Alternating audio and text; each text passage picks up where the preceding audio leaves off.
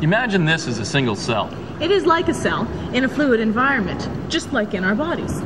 Ideally, the solution outside the cell has the same concentration of dissolved molecules or solutes as inside. The solutions are called isotonic. Iso means equal, and tonic? It stands for concentration. In isotonic conditions, the movement of water into the cell is balanced by the movement of water out of the cell. The cell is in equilibrium with its environment. But what if the solutions inside and outside the cell are not isotonic? The cytoplasm in the root hair cells of this plant have a higher concentration of dissolved molecules than the water in the soil around them. So the solution in the root hair cells is called hypertonic because it has a higher or hyper concentration of solutes and fewer water molecules. On the other hand, the soil water is hypotonic because it has a lower or hypo concentration of dissolved molecules and more water molecules.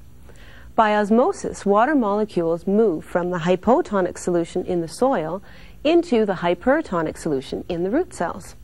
The solutions try to balance their concentrations of solutes and water.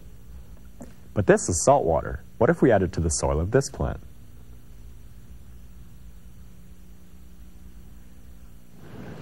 You'll increase the concentration of dissolved molecules, in this case salt, in the soil water. The soil water is now hypertonic compared to the plant cells. And look what happens. By osmosis, the water follows its concentration gradient out of the plant cells, through its roots, and into the soil. The cells shrink, and the plant wilts. In normal conditions, the cytoplasm inside a plant cell exerts a force called turgor pressure against the cell walls. This gives the plant support and rigidity.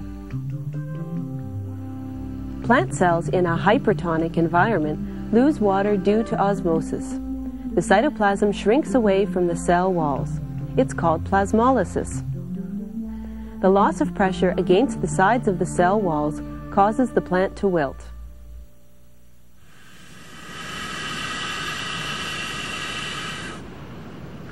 Now, can we reverse the effects of plasmolysis?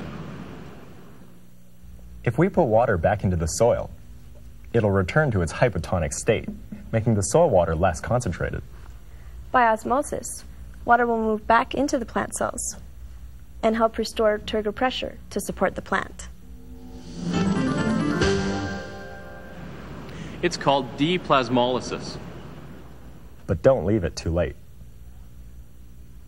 So cells that are placed in hypertonic solutions or hypotonic solutions are not at equilibrium.